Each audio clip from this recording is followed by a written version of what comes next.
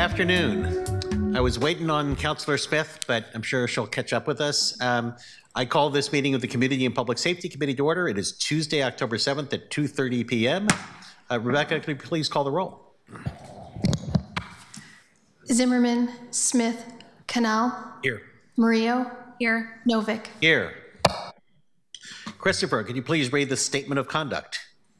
Welcome to the meeting of the Community and Public Safety Committee. To testify before this committee in person or virtually, you must sign up in advance on the committee agenda at www.portland.gov/council/agenda/community-and-public-safety-committee or by calling 311. Information on engaging with the committee can be found at this link. The chair preserves order. Disruptive conduct such as shouting, refusing to conclude your testimony when your time is up, or interrupting others' testimony or committee deliberations will not be allowed. If you cause a disruption, a warning will be given. Further disruption results in ejection from the meeting. Anyone who fails to leave once ejected is subject to arrest for trespass.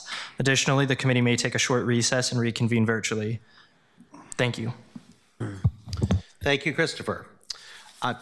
We're going to begin with a brief discussion of issues relating to federal overreach. We're going to have a brief update on the legal situation from Robert Taylor, who obviously will not share any strategy or tactics that cannot be public, but just give us some information that can be public. We were going to hear from Shad Ahmed of PBEM, but he's been called away to do various stuff related to the visit of Secretary Noem. And then we're going to move into hearing from folks from council offices in 3 other cities dealing with the same issues, some of them ahead of us, from Chicago, DC, and LA. Mr. Taylor, can you join us?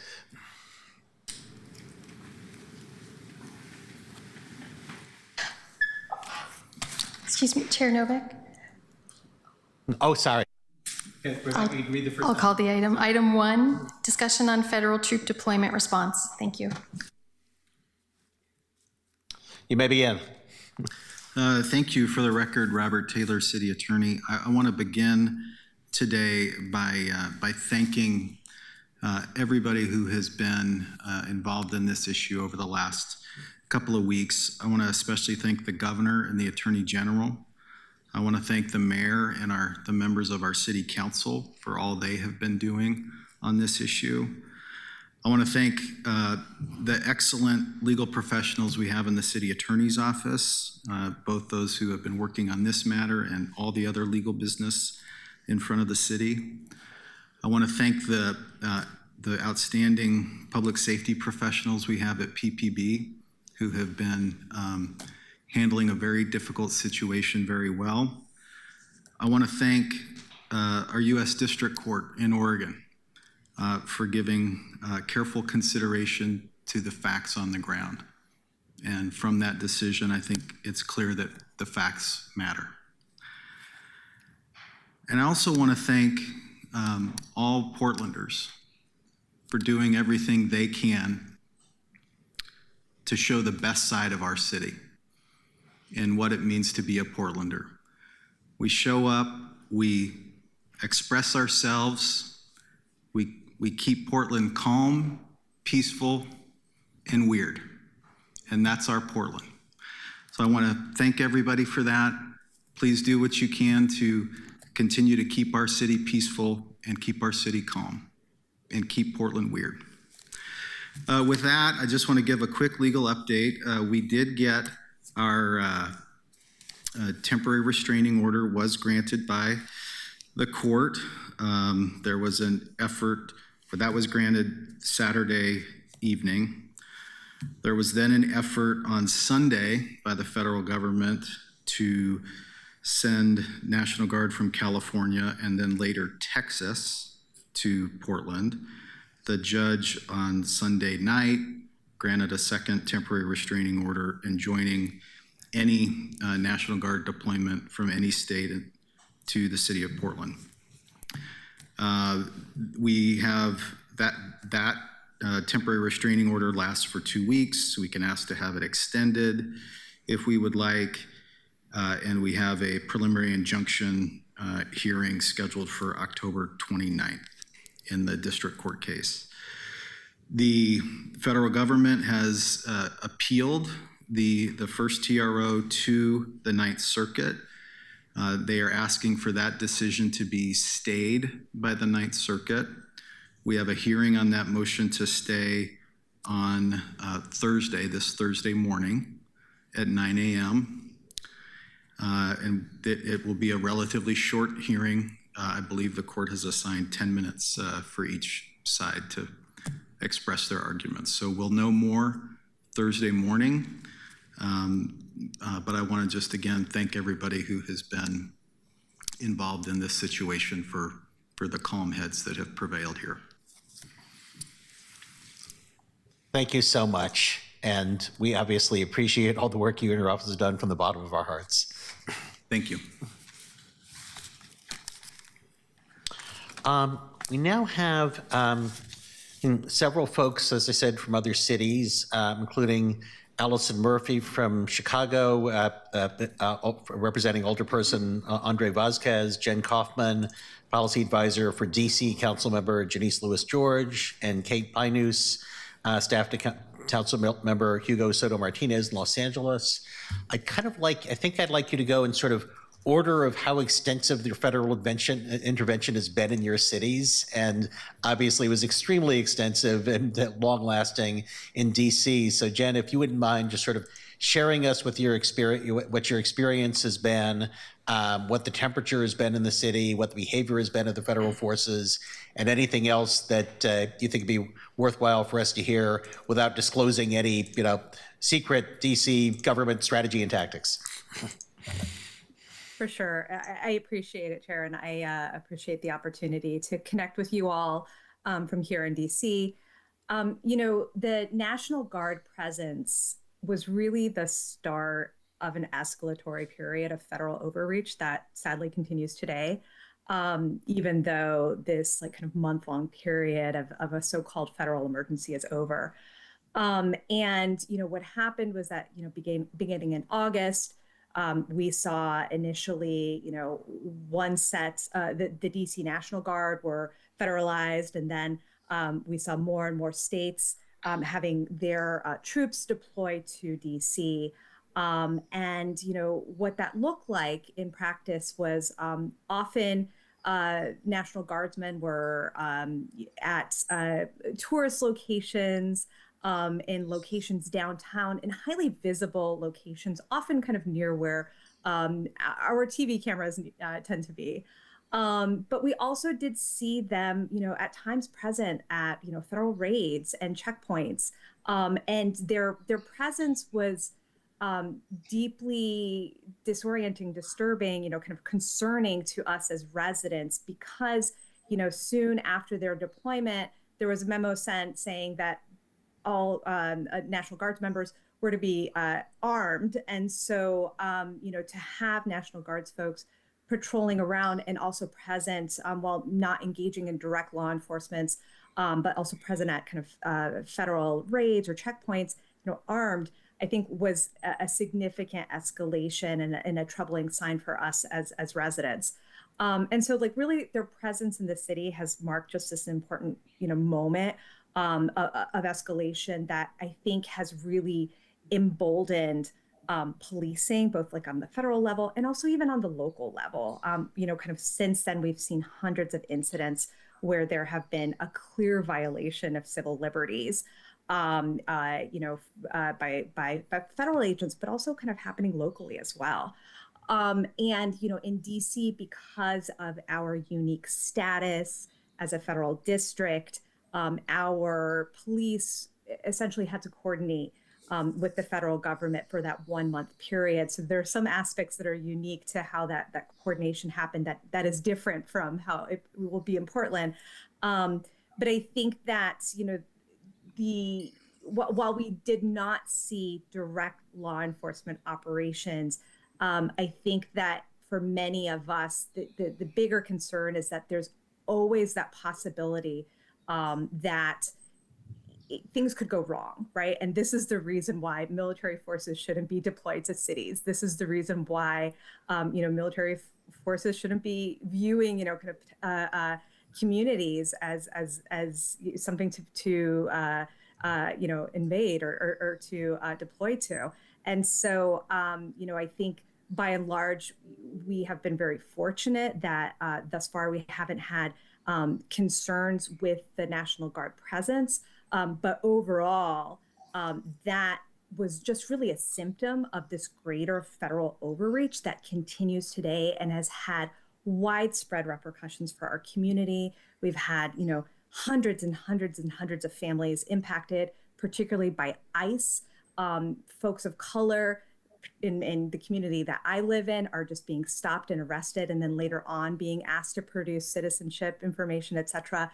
And so it really is a symptom of a larger, troubling, kind of more menacing change that is happening. Can you talk a bit about the economic impact? I think all of us have read about the huge decline in people going out to restaurants. And Yes. is that continuing? It definitely is continuing. It was at its worst during that 1 month deployment. I can't express to you all how there were checkpoints all over the city. I mean, people stopped going downtown and to kind of places that you would typically, my spouse and I went out for dinner one night, and we got into Jose Andres restaurant with like no reservations. We could park right there because nobody wanted to be out and about, having to go through checkpoints, having to deal with all this stuff. And so, yeah, our restaurants in particular, but so much of our industry has been really hard hit by what's happening. And then, it continues to particularly affect the restaurant community, which has seen raids of staff, and also the construction industry. Projects are now way off track. And, it's been in particular affected by the Supreme Court giving green light to being able to discriminate on the basis of what you look like and what language you speak and what, industry you work in. And so many folks, have stopped agreeing to do work in DC. They'll only do work in Maryland or Virginia. And so those two industries in particular have been hit incredibly hard by what's happening. Thank you. I'm sure that the other committee members might have questions for you later on, but I'd like to move on to Ms. Pinus. Could you give us, a sketch of what's been going on in Los Angeles for the past few months? Thank you so much for having me. Hi, my name is Kate Pinus. I am the Deputy Chief of Staff for City Council Member Hugo Soto Martinez, who represents the 13th District in the city of Los Angeles. I want to begin with a few of our top takeaways from our experience, specifically with the ICE raids, because that is how this all began in LA, and the deployment of federal troops. This all began in the beginning of June this year. We were the administration's testing grounds. ICE came to LA where they primarily targeted work sites with really quick raids that were completed in less than 15 minutes. We saw many of these raids specifically at work sites that were easy to access, specifically Home Depots and car washes. And at these raids, we saw widespread warrantless detentions, which our colleague from DC just alluded to, based on race, language, and type of work. And unfortunately, as we all know, these unconstitutional tactics, the Supreme Court has ruled, can continue while they hear the merits of our case. And so these discriminatory practices continue and will likely increase. But these tactics have not been just for rounding up people and scaring our communities. We have consistently seen the use of raids for propaganda by the administration. Fox News was embedded with immigration agents, or as immigration agents, raided a park where children were playing. Media was also with them when they jumped out of a rented Penske truck at a Home Depot. And Greg Bovino, who some of you may have heard of, showed up with agents right outside of a press conference that Governor Gavin Newsom was holding about his redistricting ballot measure. The actions of ICE and CBP have had an overwhelming impact on our communities, our immigrant communities in LA. Lower attendance at schools, fewer 911 calls, people not going to work and not able to make rent, and entire communities scared to just go out. Finally, when it comes to the National Guard, we primarily saw their deployment just around federal buildings in LA. The LA Times has reported that their morale was low for a lot of reasons, in part because of the lack of beds, and many disagreed with their mission. And of course, many were sad to be separated from their families. From these experiences, I want to share some lessons learned that we want to share with you and cities across the country. First, know your rights campaigns work. The city and CBOs have spent years informing people that the Constitution gives them the right to stay silent and not to open their door if an agent doesn't have a signed warrant by a judge. That knowledge has actually, we've seen it make it a lot harder for the administration to bust into homes and other private property. Second, rapid response networks are also effective. The people who show up are able to gather information about who was taken from eyewitnesses. However, it can be difficult to respond while raids are still ongoing because they are so quick. So some groups have set up patrols around sites that have repeatedly been hit, like Home Depots. Third, protests are going to happen, as they should. Our city's response to the inevitable protests, unfortunately, was pretty heavy-handed, and that contributed to the chaos narrative that the administration is trying to promote. Fourth, and finally, I want to highlight that the cities in general are in a unique position to convene people. We've connected nonprofit legal services providers to work together in lawsuits, and we've connected community organizations with each other to gather evidence of the administration breaking the law. We've connected community members to CBOs that are providing food distributions. I really think that convening power can't be understated. We also have some recommendations that we ourselves are still working to implement. Moving forward, we know that the federal government is clearly trying to provoke a response. Protests are going to happen as they should. And we recommend proactively working with law enforcement to ensure that they respond appropriately and in a measured manner to the protests. Some of that is legislative. Some of it is long-term work on the culture of our police departments. We also recommend establishing really clear protocols, if you haven't already, for your police department for if and when ICE calls for what they call mutual aid to help with egress when crowds have gathered. This should include public information about when those calls are answered and who makes the decision to send assistance. And we also need guidelines that can be established for verifying that these masked men who are taking people off our streets are actually federal agents. No one has the exact roadmap for any of this. That's why we're working together. But I think we can look at history and to other cities and countries to share strategies, learn together, and protect our communities. Our most effective defense, of course, comes from local organizing. And I really want to thank you for having us today, because I think these conversations are how we strengthen our ongoing organizing across all of our cities. Thank you. Thank you so much.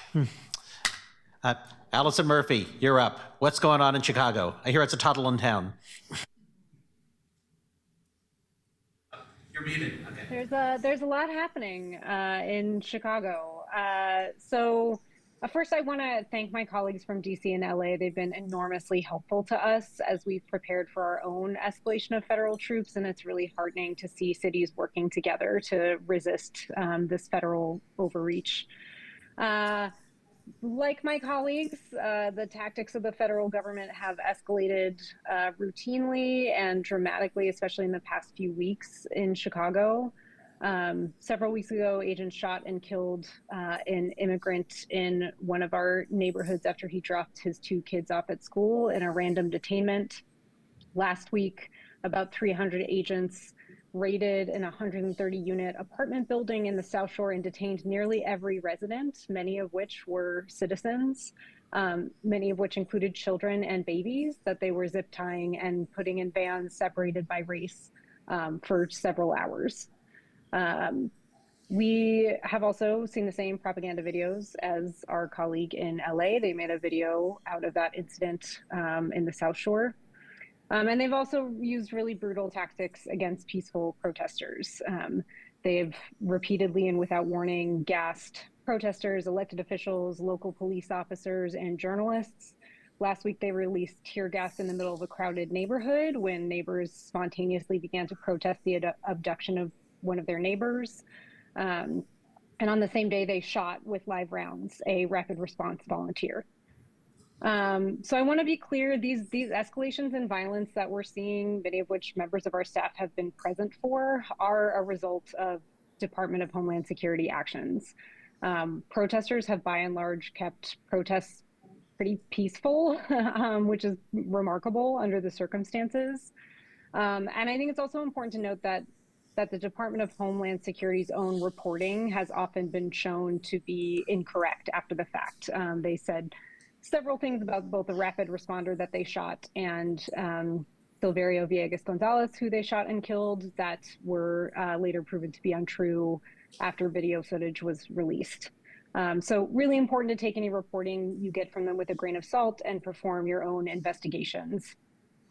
And then as of this week, the National Guard has been deployed. Our Attorney General filed suits seeking a temporary restraining order.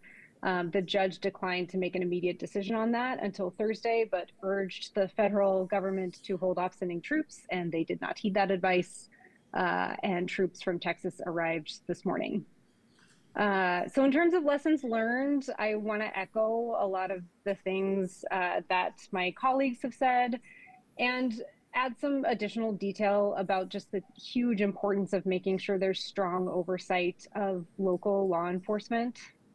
So I know Kate mentioned the mutual aid requests that come in, and I think that's really important to look at and clarify your protocols around. We had an incident on June 4th of a mass detention outside of an ICE contractor building where people were sent texts to show up for what they were told were routine immigration appointments, and then were detained immediately as soon as they got there and separated from their attorneys. I was present for that. Several of my colleagues were present for that and witnessed Chicago police on the scene. So we called a hearing pretty much immediately after that to investigate that incident. And one of the things that became clear during that hearing is that there was not a lot of clarity in terms of whose responsibility it was to investigate violations of our Welcoming City Ordinance, which is our sanctuary city policy. So we've introduced legislation to clarify that, but I think that's one really important piece, is making sure that those protocols are very clear, and making sure it's clear to your local law enforcement officers what it means to assist ICE. Like, as we are analyzing body-worn camera footage, we're seeing that there may be some discrepancy between what we would consider assistance to ICE and what police officers clearly in the video consider not assisting ICE. So really important to clarify those things and make sure that departments are trained up on exactly what they can and cannot do in interactions with ICE enforcement. We'd also recommend, and this again, I want to shout out to our colleagues, especially from LA, for drawing our attention to the mutual aid requests and the importance of keeping track of those. We have submitted legislation requiring reporting of all interactions with immigration enforcement agents or agencies, anyone deputized or that could be deputized to perform immigration enforcement, by every city agency. So this is our effort just to make sure that we have oversight over all of those interactions, what the responses are from our own departments. And we've also introduced legislation requiring audits of both our FOIA and data storage procedures. We had an incident earlier this year where CPD responded to a DHS FOIA request with unredacted identifying information on undocumented immigrants. So that's something, again, that is really, really important to look at, is what those procedures are, making sure departments are all aware of how to protect our residents from this kind of overreach. And our mayor has also passed a few executive orders, one of which that reaffirmed Chicago's commitment to protecting our residents in the face of this kind of overreach. And then earlier this week, an ICE-free zone executive order, which creates mechanisms to prohibit any federal immigration agents from using city-owned property to stage. Pros and cons of this: it's a clear statement of values, which is great. It's a great opportunity to clarify protocols. The cons, as I think we hear from many other cities, is enforcement. It's really difficult to know how local law enforcement can enforce local laws on federal agents. And then lastly, just in terms of resources we can offer, we as a Committee on Immigrant and Refugee Rights have created some toolkits for all of our individual city council members to understand how they can organize at a community level with community organizations to protect their constituents. We're more than happy to share that information if that would be useful to you all, and happy also to hop on a call anytime someone has questions or need guidance. Thank you so much, and I'm sure we will take you up on that last offer. Councillor Smith. Thank you. Thank you, Co-Chair. And I want to go back to this ICE-free zones that the mayor passed last week. Can you tell me, has that been implemented and has it been followed? Great question, and the answer is we don't know yet, because this came out yesterday. This executive order was released, and we as a committee are still working on getting clarity on some of the enforcement mechanisms. I imagine that we will get a lot of clarity on whether it's being followed in the coming days as we're seeing the National Guard deployment. Do we know when does it become effective, or when did it become effective? Yesterday. Yesterday, okay. Yes. Thank you. Councillor Canal. Thank you, Co-Chair Novick.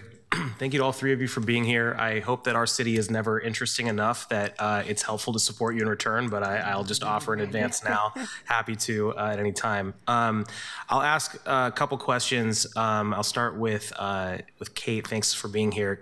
I have three questions for you. Can you speak to the propaganda aspect a little more? We've seen a pattern of influencers and journalists that are politically aligned with the president who are able to access the ICE facility here. I can't access that facility, and taking pictures on the roof. That's a pretty common sort of social media badge of honor. And also embedded, as you noted, when ICE is coming out. Can you speak to how that has manifested specifically in terms of your experiences? Yeah, absolutely. Thank you. I hadn't heard about that particular use of influencers. That's very concerning. So we have, as I said, we've had a couple of really notable examples of use of the city as for propaganda. The first was in MacArthur Park, which is a really big park in Council District 1. People often talk about it as like the West Coast Ellis Island. It's really a hub of immigrant communities in Los Angeles. And they came in, like there were horses. They took a video that that ICE and CBP have been using, that DHS, I guess more broadly, has been using. And they did have Fox News was embedded with them when they did this raid in the park. It doesn't actually sound like, from what I understand, I haven't heard that they actually took anyone in MacArthur Park. It really was just propaganda. We then saw this, what's been referred to as this sort of Trojan horse tactic of a bunch of agents in a rented Penske truck that showed up at a Home Depot, also with media embedded. And then finally, I pointed to that example outside of this press conference where Governor Newsom was holding his redistricting ballot measure press conference. Once again, there was an unbelievable show of force outside of that press conference. Unfortunately, my understanding is that they took one fruit vendor who was, I believe, recently released. But the notably in that situation, that exact spot is where many Japanese Americans were put on buses for internment during World War II, and so the echo was particularly scary and sad to see in this same location, this huge show of force. So yeah, I think those are the most notable examples of that use of propaganda. Thanks. You already answered my second question as well, so I'll skip to the third. I want to make sure I understood this correctly, because we have been seeing some local media push to have more of the work of dealing with protesters done by local police. But I'm pretty sure you said, and correct me if I'm wrong, that a heavy-handed response from local police did not, in fact, defang the narrative, but in fact created a chaos narrative for the administration. Is that correct? Yeah. Yes. Definitely. As our office understands it, we think that very heavy-handed approach to generally very peaceful protesters, much like in other cities, created a lot of the chaos, and that was really concerning to us. I do understand this position of wanting to show that we're in control as a city, because we are. We don't need these federal agents here in any of our cities. We're doing just fine without them. But that heavy-handed approach does not necessarily support that narrative of not needing federal agents. I'll leave it there. Does that answer your question? Yeah, no, that sounds like in our context, a good argument to stay the course on how we've been dealing with it locally so far. So I'll leave it here, and then I'll come back after my colleagues go to questions for Allison and Jennifer. Thank you. Councilor Murillo? Thank you, Chair Novick. Thank you all so much for being here today. It means a lot that you're sharing some of the things that you've learned during this really difficult time, and I appreciate that. My question is for Allison. I believe you were the one that brought up that it sounds like your city may have received a FOIA request to get information on immigrants or undocumented immigrants. Can you specify a little bit more about that? Was that FOIA request for city records, and how were those privacy concerns handled? Yeah, absolutely. I would need to look back and pull up what the specific request was, but I believe it was to CPD, so I believe it was probably arrest records, but I just need to make sure of that. Our general policy should be to redact personally identifying information unless there is a situation, obviously, where we have to comply with a federal warrant, but that was not done in this case. So that was the sort of precipitating event that made us realize we need to do an audit of these procedures and make sure that we have clarity and that it's also written down in law how they need to be responded to. Thank you. I appreciate that. Yeah, any information you have on that would be great, because my office is working on some data privacy policies and trying to protect the data that we do have on folks at the city level. So thank you. Yeah, absolutely. I will say also it's worth, one of the other things that we have we've introduced legislation to do is an audit of data storage in general, because there are also data storage companies that share information with federal agencies. So I think that's really important, as well as looking at your own protocols. If I can, I will add to that as well. One of the things that we have seen is that we have automated license plate readers in LAPD has automated license plate readers, and I would recommend going back and looking at those agreements with those contractors of who owns that data and who they can share it with. I'm so happy to hear this because my office is working on a policy to address all of these things, and I hope my colleagues will support it. So thank you for affirming that. Appreciate you. Councilor Canal. Thank you. I'll start with a question for Allison. But first, thank you for mentioning both the killing of Silverio Villegas Gonzalez and the raid in the South Shore, which are both things that made the rounds here on social media and I think horrified a lot of Portlanders as well. My questions are about tear gas. Two specific questions. You said there was uses of it in a crowded neighborhood in Chicago. Have there been communications to local officials about either the uses or the protocols by which the federal government is going to utilize tear gas in Chicago? Not to my knowledge, and it appears, at least from that specific tear gas deployment, that there was no communication whatsoever because 29 police officers were among those who were tear gassed from CPD. And that was the exact topic of my second question. You know, as we talk about wellness of our city employees, can you speak to the impact that you have, if you've heard anything from local police, either leadership or rank and file, about the impact of the use of chemical weapons against them?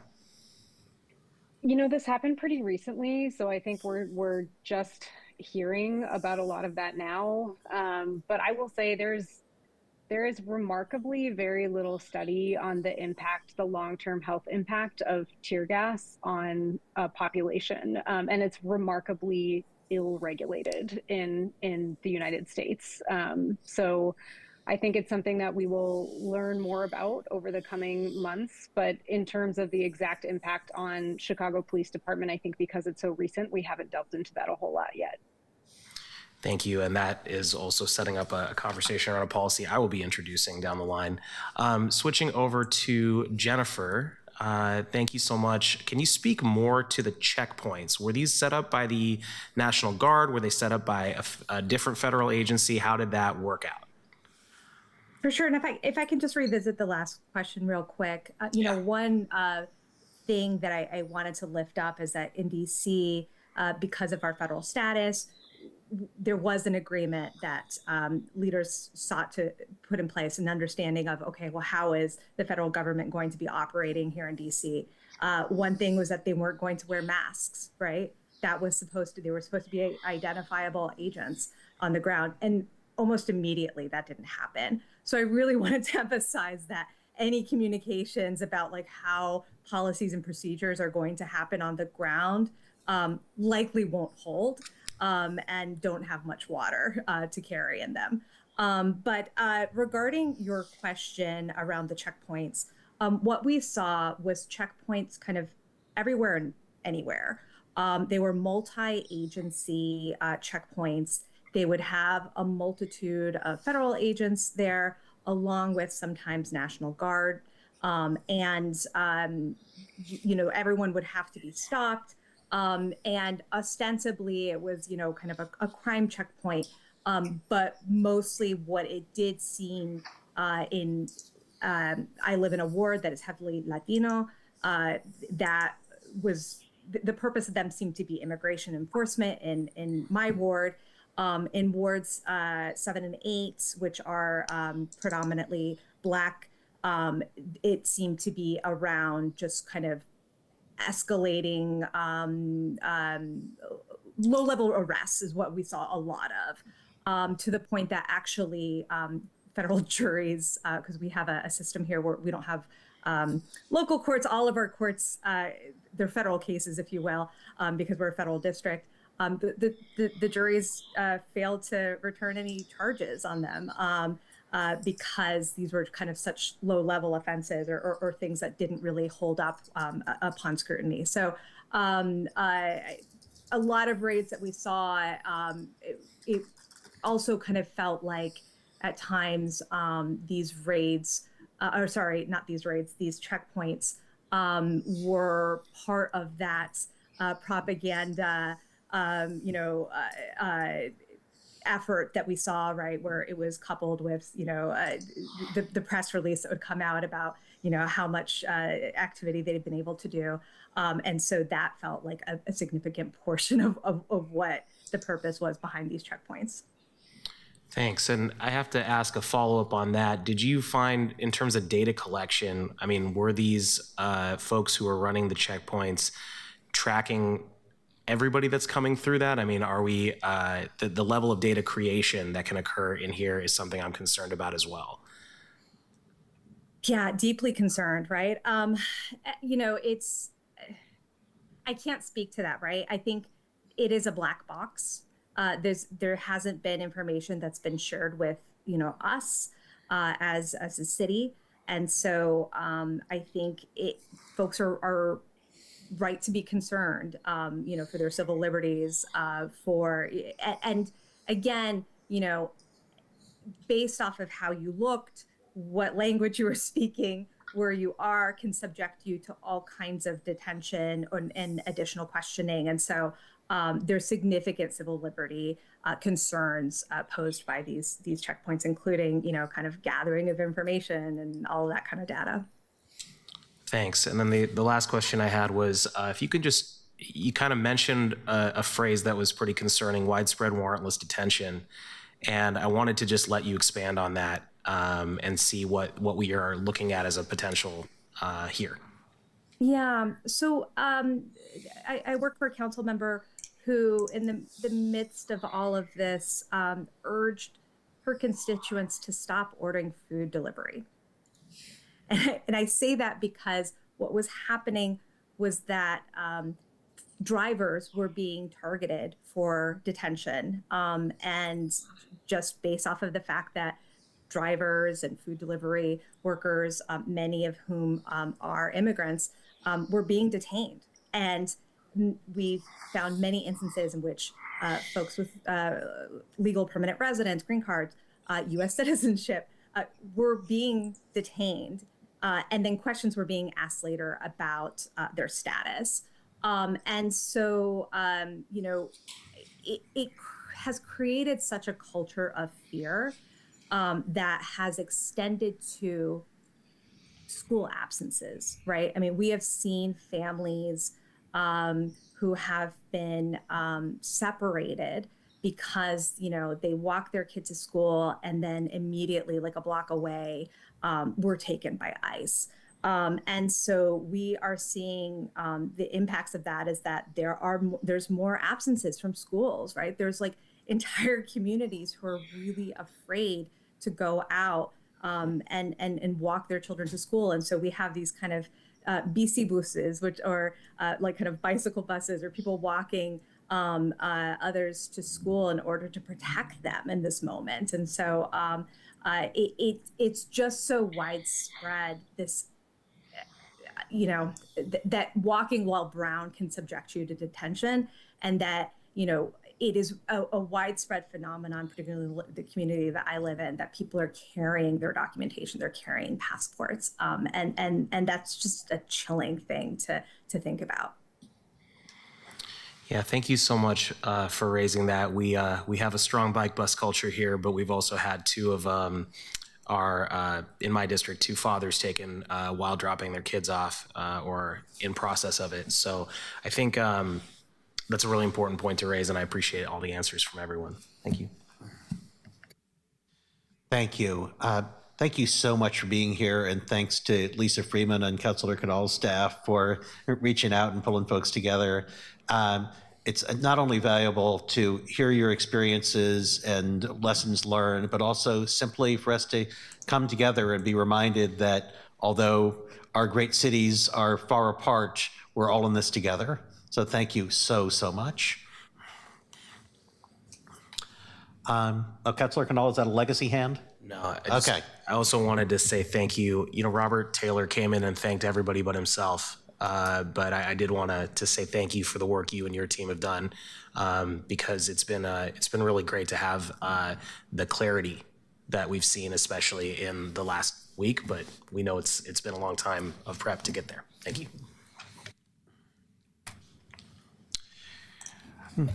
Okay, councilors, any further comments? Or are we ready to move on to the next item? Okay, Rebecca, could you read the next item? Item 2, Crisis Continuum and Mental Health Crisis Services and Interventions. All right, I'm really looking forward to this. We're going to hear from folks from the Portland Police Behavioral Health Unit and from PSR and from Cascadia Project Respond about the mental health crisis services and interventions, and hear more about the various roles and that these various agencies plays and the distinctions between them. So again, I'm really looking forward to this. We're going to hear from Sergeant Jennifer Butcher of BHU, Officer Billy Kemper of BHU, April Roa of PSR, Dr. Lisa Stewart and Brian Jacoby of Cascadia Project Respond. So take it away. Good afternoon, everybody. Thank you.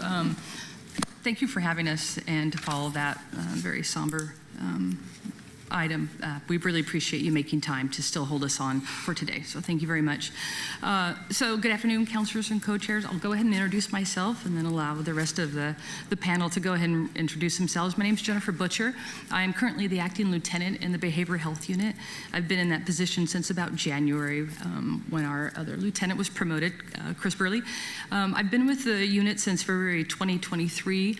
But I've also been a member of the Portland Police Bureau for the last 22 years. So. And good afternoon, councilors, co-chairs. I am April Roa, she, her pronouns. I am the interim program manager with Portland Street Response. I've been with the program for 3 years now. Lisa.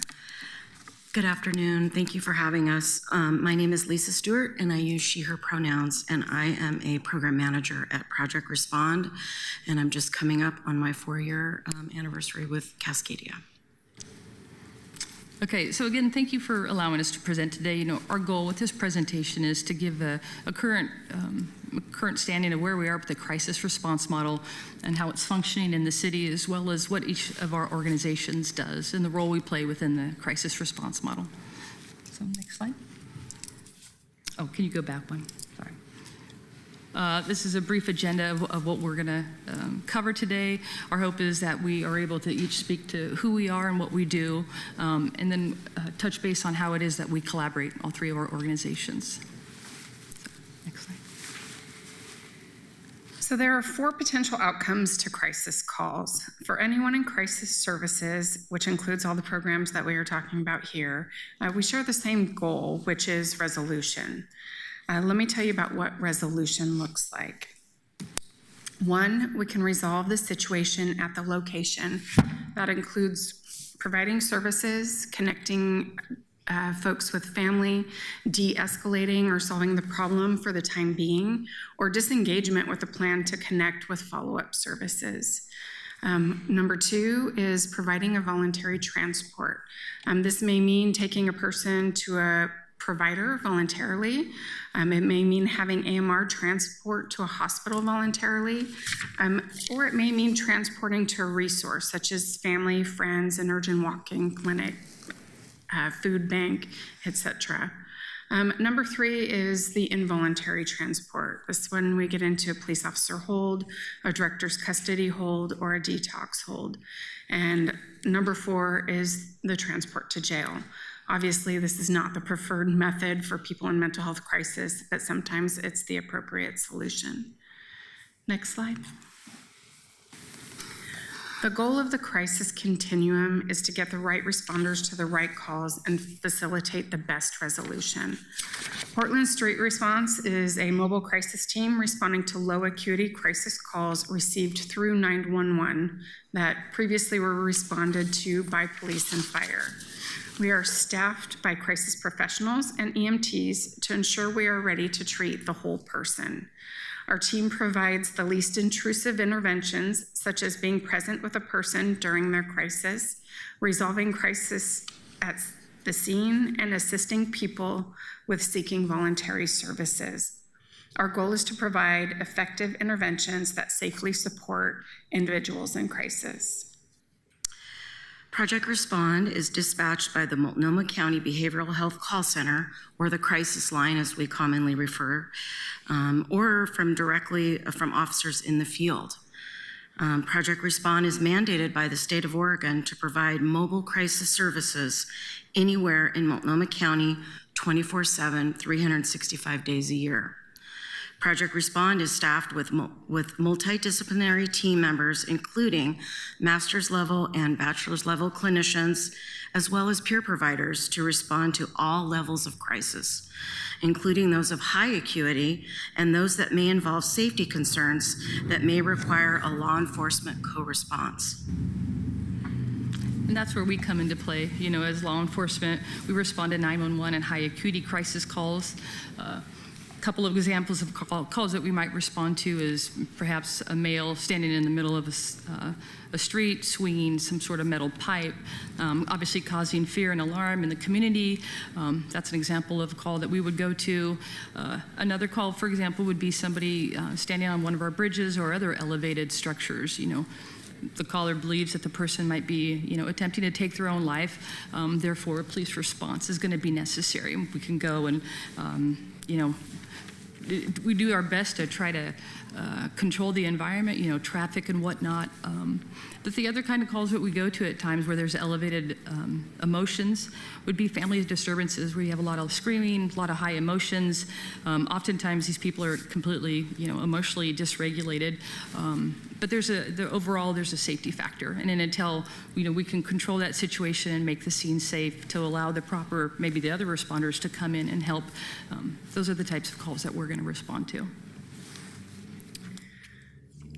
And all three programs also have follow-up services because crisis rarely ends at the conclusion of a call. Most calls require ongoing support to address the root cause of the initial crisis. Next slide. Okay, I'm up again. So if everybody wants to take a look at one of the screens, what this is the crisis response model. It's really a Venn diagram that you see all three of our organizations are represented up there. We view this model as it's fluid and it's also linear, right? Like it can start with Portland Street Response, go to Project Respond, and then, you know, perhaps we get involved. But what I like to kind of focus in on is the center of that diagram, and that's where I put our community members, right? They're the reason we're on scene, the reason we're responding. But it's also important to identify that each one of our organizations at one time or another is going to have contact with this individual, and that is really where the collaboration, if you will, comes into play. You know, we're trained to respond to calls determined to be unsafe for unarmed community members, such as Project Respond and Portland Street Response. We also have the ability to hopefully get there quickly and safely, and make the scene safe so that other responders can respond. Yeah, and to follow up with that, this spectrum is also, like, we're talking about patient acuity. So patient acuity is really the measurement of the level of care a patient needs based on the severity of risk to themselves or others. So that's really how we are dividing the work between these programs and how we have staffed our programs is to address that acuity. Such as Portland Street Response is staffed to address low acuity needs, meaning low acuity referring to medical or mental condition that is not immediately life-threatening and does not require urgent intervention. Of course, if Portland Street Response responds to a call and it's determined that a higher level of care is needed, we will call for the appropriate response, partner response. And as I mentioned earlier, Project Respond is staffed to address all acuity levels. This is what we're directed by the state of Oregon and Multnomah County, and all levels, including high acuity needs. So when we're talking about high acuity, as April mentioned, we're typically referring to really complicated or complex behavioral health issues that may include a risk to self or others. And that's what we're talking about there. Project Respond, unlike Portland Street Response, is not staffed to respond to medical calls.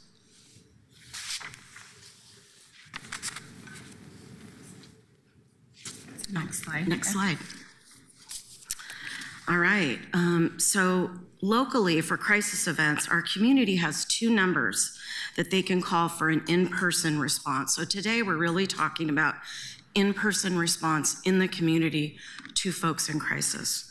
And those two numbers are 911 and the crisis line, or the Multnomah County Behavioral Health Center.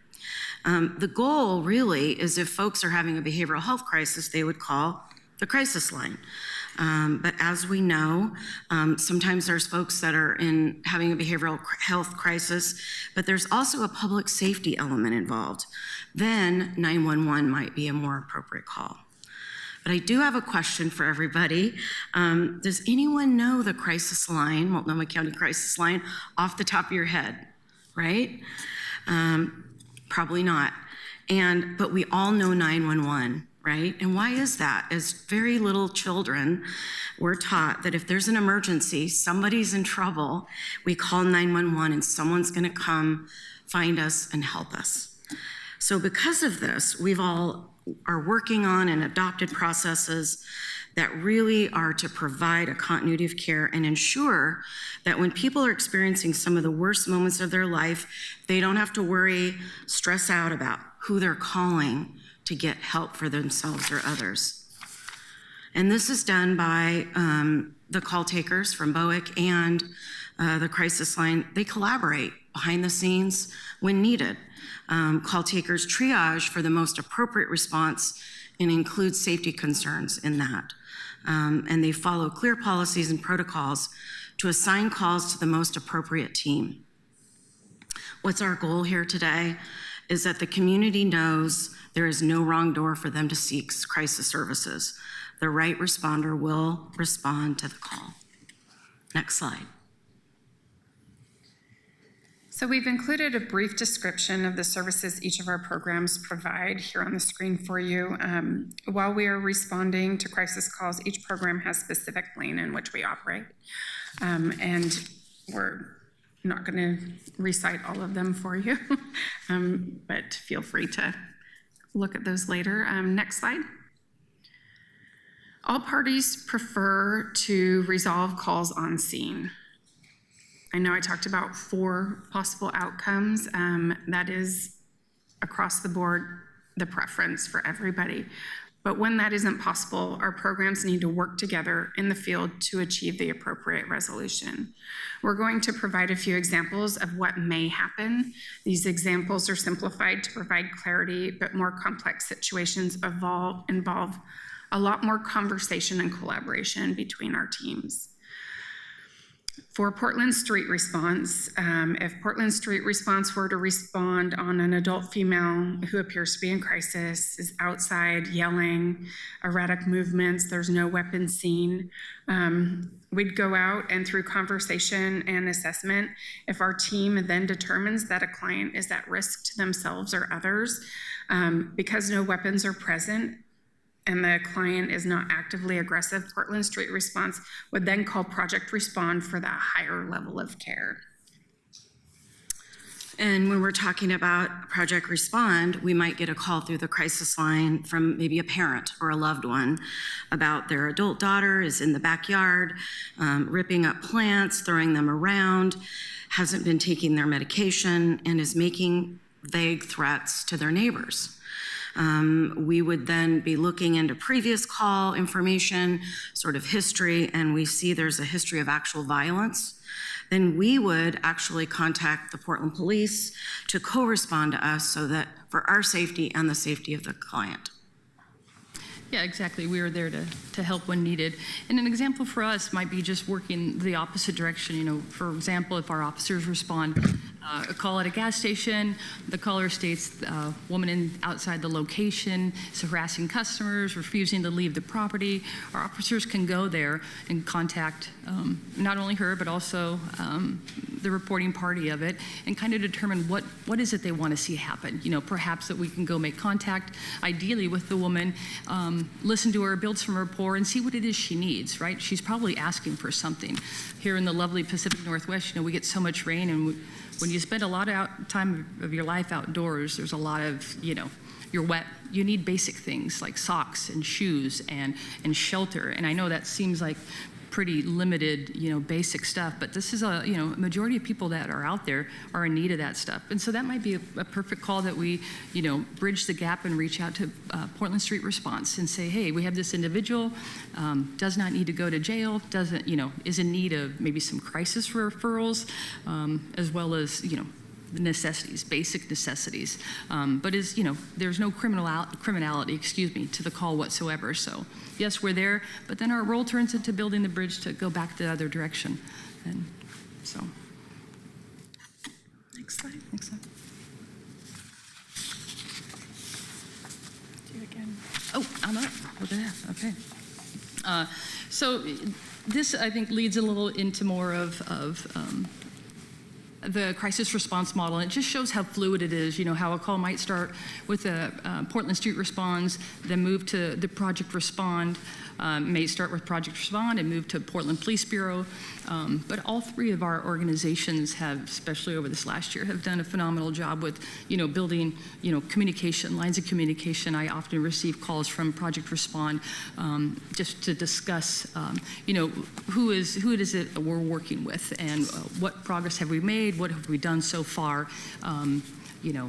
It really kind of cuts down on the work a little bit, and I think it also allows us to deliver a better, quicker service to people instead of thinking that each one of us need to individually start at square one. So, crisis calls, though, they're dynamic and they're rapidly evolve into something not expected at times. So, an example might be for Portland Street Response to go to a call for service. There was no mention per se of any weapons in the call, but when they get on scene, perhaps that information has changed. At that time, it would be a pretty easy call for them to disengage and then to go ahead and ask for us to step in, stabilize the situation, and then maybe that even call goes back to them at one point. It is quite fluid. It doesn't need to stick with us once it lands there. So. Yeah, and I think more to that point is it really is that our teams are continually assessing and collaborating and communicating. And that's something I think all of us have been really dug in and working to open those lines of communication and really get it more normalized and faster, and just so that we can really respond in real time and address the appropriate need. Next slide, please. So as you can see, the system our programs have built and continue to improve upon is a response to what the community has asked for, such as unarmed response to crisis, reducing interfaces with police for those in crisis, and peer providers involved in crisis care. The collaboration happening between these teams has never been better. We are actively seeking system improvements and work to adjust to the community's requests. We know that there's more work to do, and we're all very dedicated to making it the best that it can be, and again, constantly reassessing those lines of communication. What we want for you to take from today is knowing that who to call and how these services work behind the scenes to get the best response to the call when you, your loved one, or someone you see seems to be having a behavioral health crisis and needing support. Again, those numbers for the Behavioral Health Call Center or Crisis Line, 503-988-4888 or 911 for in-person services. Thank you. Thank you. Colleagues, Councilor Canal. Thank you. And could you go back to the slide that has the flow chart? And while you're doing that, thank you to all of our presenters. Thank you also. I see DCA, our Assistant Chief Lavelle, I see Director Howard back there, and Bree, of course, yourself. So I want to just talk about this vertical line here between BOEC and MCCL, and just ask about how the decisions are made on that front to do it. And I'm happy to circle back to that question and just give a different hypothetical if that's a different responder, which makes sense. I want to give a hypothetical and ask whether or not this is something that Project Respond could respond to. And I want to just assume for this that the call came into BOEC and it was passed along that vertical line to get to BOEC, or sorry, to get to MCCL. So and it's a, if there was a hypothetical adult male who's in his building, flooding his apartment with water and hanging knives out of his apartment window, and there's been 2 previous calls or maybe 3 previous calls that day about acting in a concerning manner from a mental health perspective. Is that the sort of thing that Project Respond could respond to in this hypothetical? Are you saying that call would come to us through the crisis line? No, the call originally goes to BOEC. BOEC, for whatever reason, they do pass it along. Is that something that Project Respond would be able to take on? Hypothetically, yes. Typically in that case, an officer in the field would page us to consult with us and discuss with us if that was appropriate for us to respond. Meaning it typically would not come through the BOEC to MCCL process, but would instead, BOEC would dispatch PPB and PPB would text for assistance. That is correct. Yes. Okay. Do you feel that the information on when it is appropriate to send that text and ask for that assistance is something that is well known? Are you consulted as often as you think is potentially able to help these sorts of calls? Let me rephrase that because I didn't. Are all the calls that could ask for Project Respond's assistance, as far as you're aware, asking for Project Respond's assistance? I'm not aware of that specific answer. And I don't have that data either. I do know that when officers are on scene, they detect that they notice that there might be a mental health component to the call. They'll evaluate what resources they have. Potentially there might be an ECIT officer who could actually respond quickly enough to then add another layer of evaluation. And it might reach the point that, the mental health component of the call does, we as PPB will reach out to Project Respond to respond, and to also we ourselves call the crisis line, and we can seek out information like do you have any past history with this individual? What has been the outcome in previous calls for service here, as well as our own internal records, past police reports and whatnot. We could possibly designate an officer to dive into that a little deeper and just to get a historical background on this individual and how the call is resolved in the past, and more importantly, how safely has that call resolved in the past, and possibly use those same tactics for at least initial scene stabilization and trying to make contact with this individual. But I would say that your scenario though would be a very appropriate response that I, as an officer, if I was on scene, I would definitely resource them if I felt that they could offer anything good for the call. It's, for us, it's like, let's bring them on, the more the merrier, and see if we can have a good outcome. Thank you, Sergeant Butcher. And I'll just add two things, a comment and a question. The comment is ECIT, Enhanced Crisis Intervention Team. Yes. So these are officers who've taken the 40 hours of crisis intervention team training that all PPB officers take, and have also opted into an additional, I believe, 40 hours as well. That's correct. So, and I apologize, I swore I would not use any acronyms before I came in here because it's like the big alphabet soup sandwich. Yeah. So I apologize for that. But yes, so a quick breakdown is when officers get hired, they go down to the basic academy. For Portland Police, between the basic academy and advanced academy, each officer will receive about 50 hours of CIT training. And that includes about 8 hours of, scenario-based training, if you will, in Scenario Village.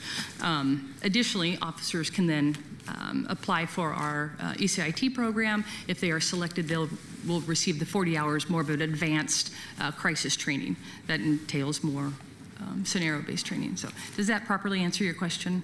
Yeah, I think it's helpful because I think the distinction is not always known between ECIT and BHU. That's correct. Yes. And also, I think it's valid for the community to know that PPB actually has I think the highest number of training hours of any West Coast police department, and possibly more. I know that that's the data I've seen. Yeah, and I couldn't say that for sure, but speaking of ECIT officers, I would like to say, currently today, or I should say yesterday, the numbers of operational ECIT folks that we have on the street right now is about 83 officers, and that's split up between 3 precincts as well as some of the specialty units.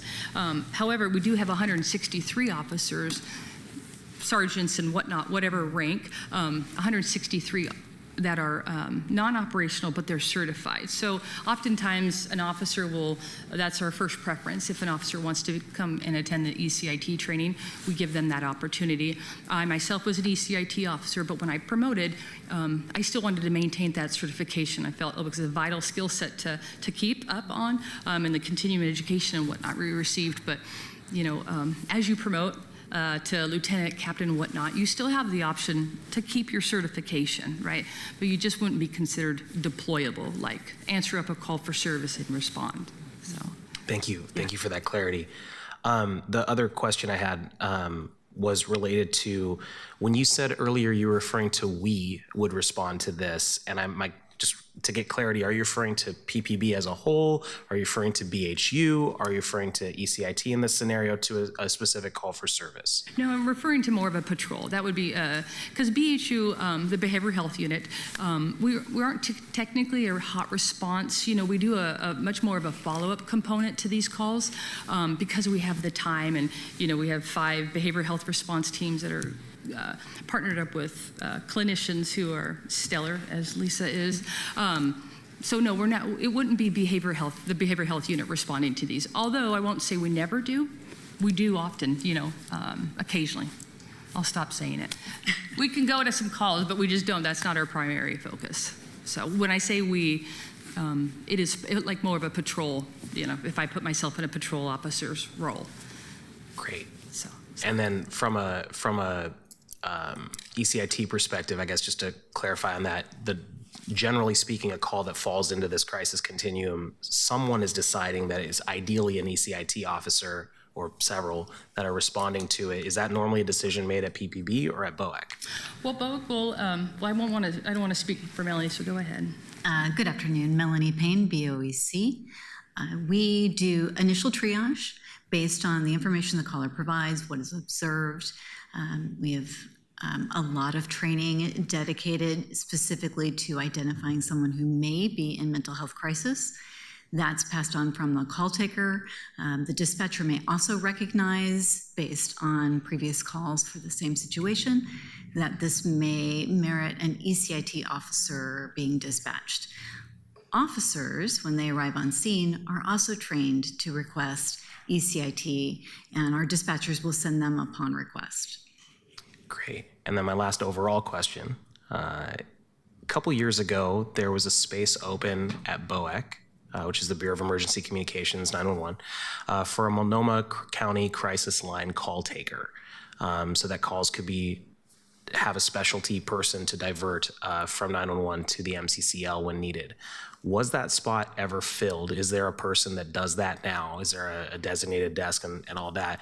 And is there a conversation occurring on embedding MCCL within BOAC? That position was filled. We're very excited to work with Behavioral Health Call Center to answer more questions. I'm actually going to yield to, excuse me. I'll lower my hand and turn off my mic so I don't fall off anything else, but.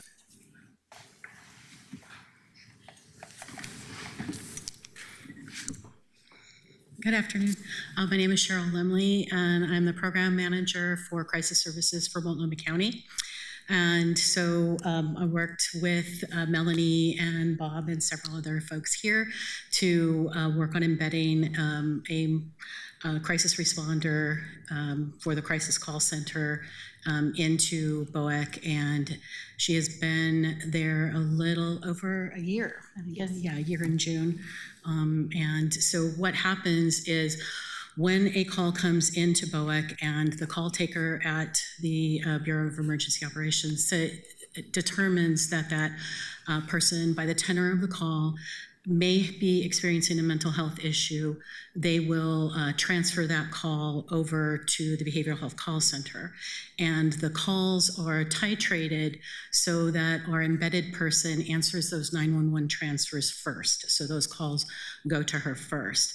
Then she will work on that call to make a determination whether that call can go to Project Respond, whether it should be a Portland Street response, or whether it should go back to 911 for an emergency dispatch. So she will do a safety and risk assessment and make those determinations.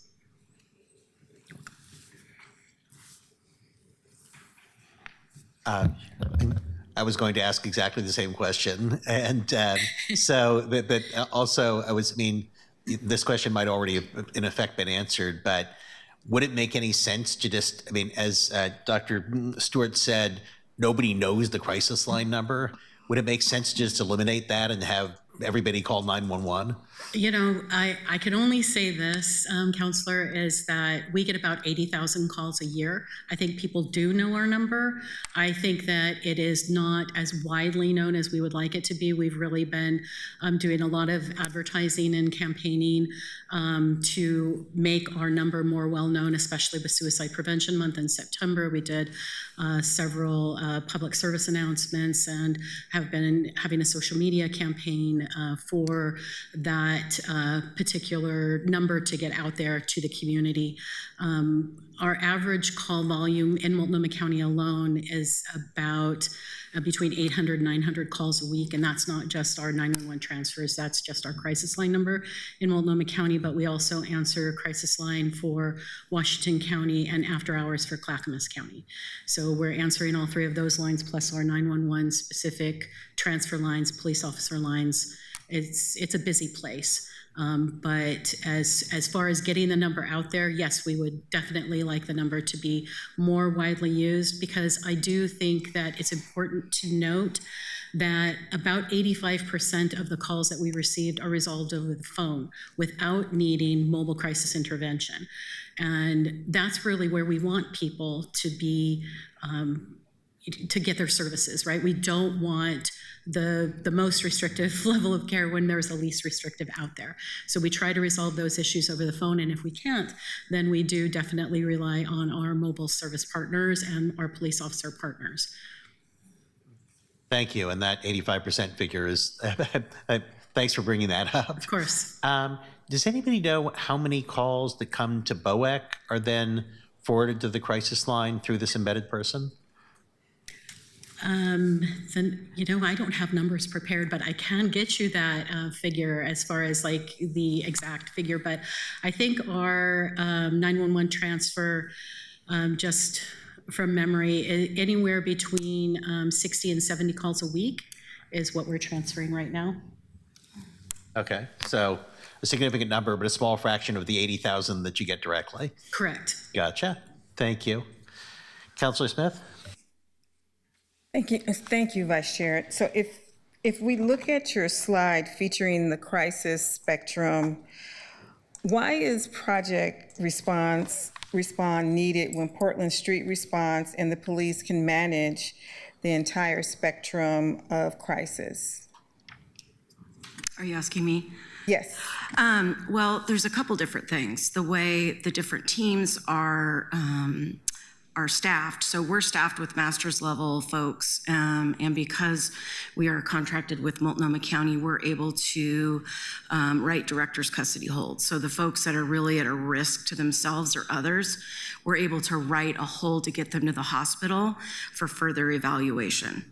Okay. And we also respond to calls that other Portland Street Response would not respond to, that there's a level of danger or there's a need for this higher level of care. And we respond countywide and not just within the city limits. Yes. Okay. And as well, you know, that's where we, Portland Street Response cannot do director's custody holds. We are not staffed to that level to be able to do that. And that's more of that high acuity. Mm-hmm. And then if we go straight from Portland Street Response to police, then we end up with a police officer hold, which is like where we're saying if enforcement action is not needed, then we need to have that alternative. So thank you for that, because that was my next question. What are the conditions for a director's custody hold or other involuntary hospitalization? So that would make sense with what you're saying. So you answered my second question, so thank you so much.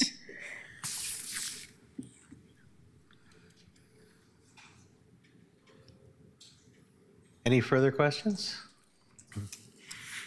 Thank you very, very much. This is information that I feel guilty I didn't learn about 6 months ago or a year ago, and really appreciate hearing it now. Oh, Councilor Smith, anything further? I agree. Okay. Thanks so much. Thank you. Thank you.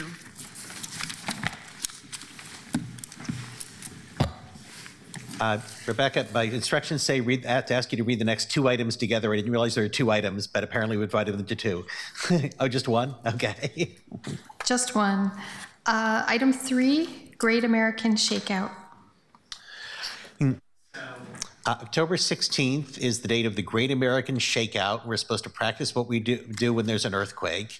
And we've got Rashid Narwal here from PBEM. Now, Rashid, my understanding is that the basic thing is drop, cover, and hold. And an obvious example is if you happen to be near a sturdy table, you get under the table and hold onto a leg. What are other examples of things you might do, particularly like in this room? Should you get to one of the pillars and hold on, or should you just get under the particular chair you're on and hold onto the chair? Well, so the point is that you don't walk around too much and invite debris to fall on you. If you can, protect your head with something. If you can't move, it's recommended you do that.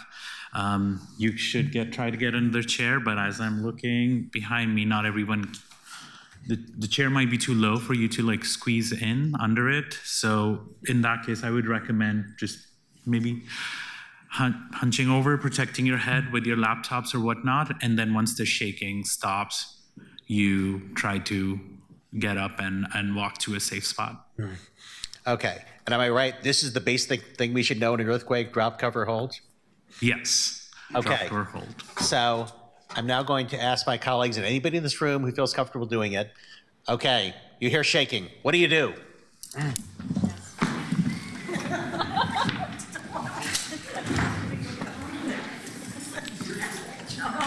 Good job.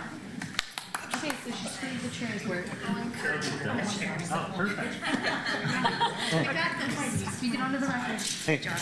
All right. I couldn't see any of you, of course, but I think we all did an excellent job. Thank you very much. And remember to do that again, October 16th.